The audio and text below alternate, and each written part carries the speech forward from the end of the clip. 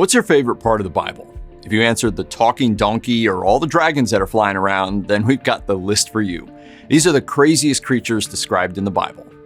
It's somewhat common knowledge that angels depicted as white ladies with wings actually don't appear anywhere in the Bible. In that sense, angels are more of a culturally accepted shorthand rather than a straightforward adaptation of the source material. So why have artists across the centuries decided to depict these heavenly hosts as white-garbed blonde women, as opposed to how they were described in the text?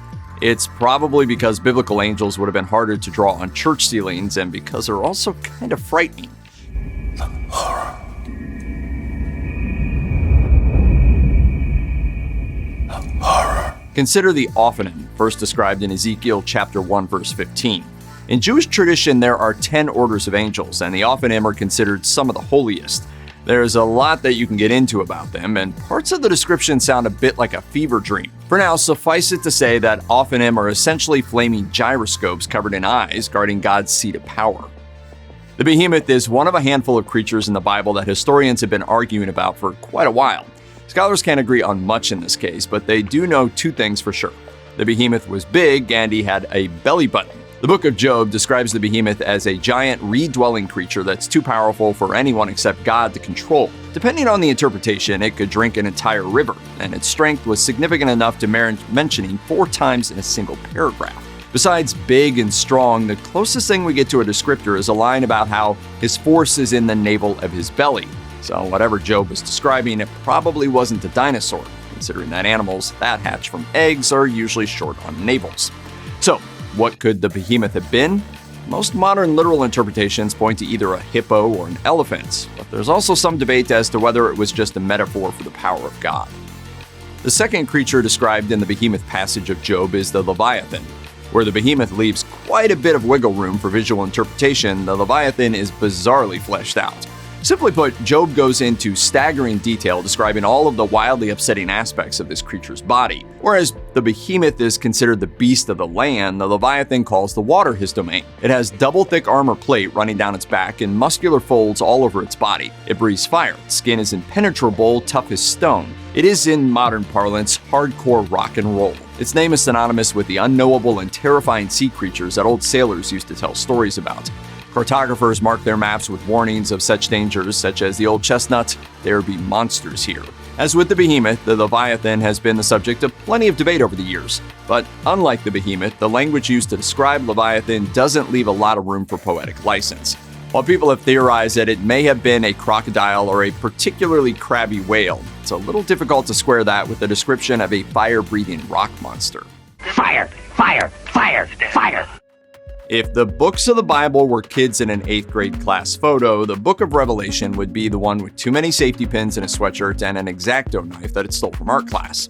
That's plenty clear in the case of the descriptively named first beast, which is laid out for the reader in Revelation chapter 13, verse 1. Also called the Beast of the Sea on account of its oceanic origin, the first beast sports a flirty summer look featuring 10 horns with crowns on top of them. The name of blasphemy is written across all 7 of its heads, and it also has the feet of a bear and the mouth of a lion.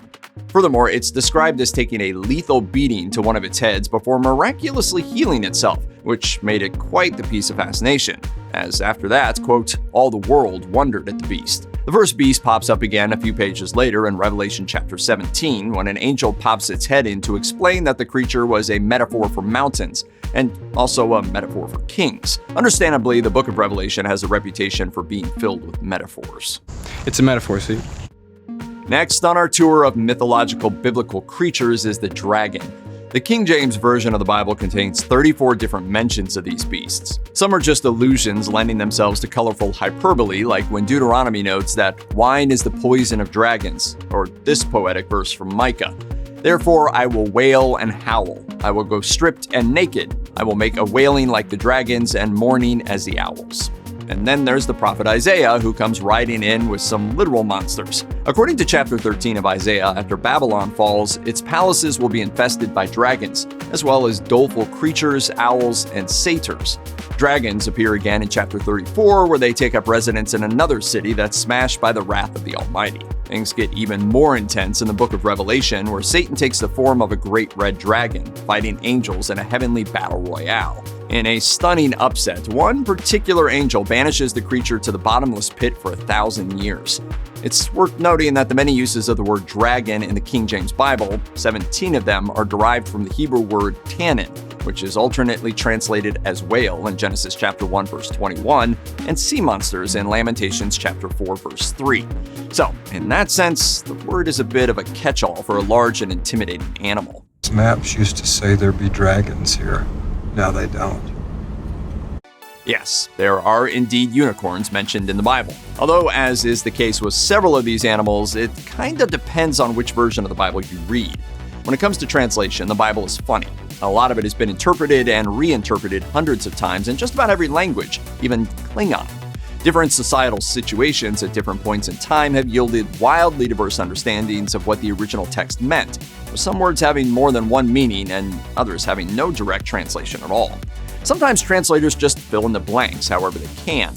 And that's one explanation for why the King James Bible, first printed in the early 17th century, mentions unicorns not once, but 9 separate times. They're generally used as a point of reference for simile, but it's a little different in the book of Isaiah. In chapter 34, God is cutting down sinners with a sword filled with blood and the kidneys of rams. It's foretold that while this happens, unicorns and bulls will overrun the land and lay the place to waste. Sounds both terrifying and sparkly. You know a cherub when you see one. Unless, that is, you read the source material, in which case they skew a little more toward terrifying chimera rather than lovable angel toddlers. As described in the book of Ezekiel, the cherubim are an angelic order with a lot going on physically. They each have 4 faces, including that of a human, an ox, an eagle, and a lion. Additionally, they each had 4 wings, as well as straight legs capped at the end with shiny bronze bull hooves. They're traditionally given a series of heavenly duties, perhaps most famously guarding the gates of Eden. In some traditional Jewish teachings, they're considered the 9th highest order of angels and associated with the task of helping people move beyond their sins in order to be closer to God. And for fans of raiding lost things, they're also what's described as being sculpted into the lid of the Ark of the Covenant in Exodus. As with lots of biblical creatures, the cherubim have shifted visually over time. As popular art has changed, they became thematically intermingled with the Greek and Roman god of love and are now visually synonymous with the lovable winged babies we're all familiar with.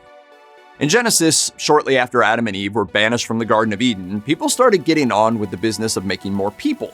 While a lot of that went down about the way you'd expect, there were some glaring irregularities as well. It was a hectic point in the biblical timeline, and a lot of strangeness gets swept under the rug, at least in terms of the things they teach in Sunday school. Exhibit A in that regard, the Nephilim. In Genesis chapter 6, it's relayed that the sons of God, usually interpreted as fallen angels, noticed that the daughters of man were looking rather attractive. The angels got hitched to human brides, and the resulting progeny were the Nephilim, a race of violent giants. Just how giant is giant? In the book of Numbers, they're described as being roughly to people what people are to grasshoppers. In the book of Enoch, an apocryphal religious text that didn't make the final cut of the Bible, it said that they were nearly a mile high. They're also considered to have been symbolic of the corruption that God wiped out by the Great Flood. There are 2 prominent talking animals in the Bible. The first is fairly well known. In Genesis, Eve is tempted by a snake with more interest in her nutritional intake than you tend to see in a standard reptile. The second one you might not have heard of, and it gets a little strange. In the book of Numbers, we meet Balaam, a troubled prophet. Long story short, Balaam is on a road trip and he really had to convince God about it in order to get the Lord's permission to go. God gives him the go-ahead but doesn't feel great about it, so he sends an angel to mess with the donkey that Balaam is riding. The angel, who's invisible to Balaam, freaks the donkey out, makes it veer off course and smack Balaam against the wall. Balaam gets angry and smacks the donkey around, and that's when God gives the animal the power of speech. The donkey then asks Balaam why he's beating him so. So Balaam, apparently unfazed that he's now in the presence of a talking animal, responds, "You have made a fool of me. If only I had a sword in my hand, I would kill you right now." At this point, the angel shows himself to Balaam and says that if the donkey hadn't been pulling evasive maneuvers, the angel would have killed Balaam by now. Balaam repents, goes about his business, and apparently never checks back in on the development that he now owns a talking barnyard animal. Check out one of our newest videos right here. Plus, even more messed up history videos about your favorite stuff are coming soon. Subscribe to our YouTube channel and hit the bell so you don't miss a single one.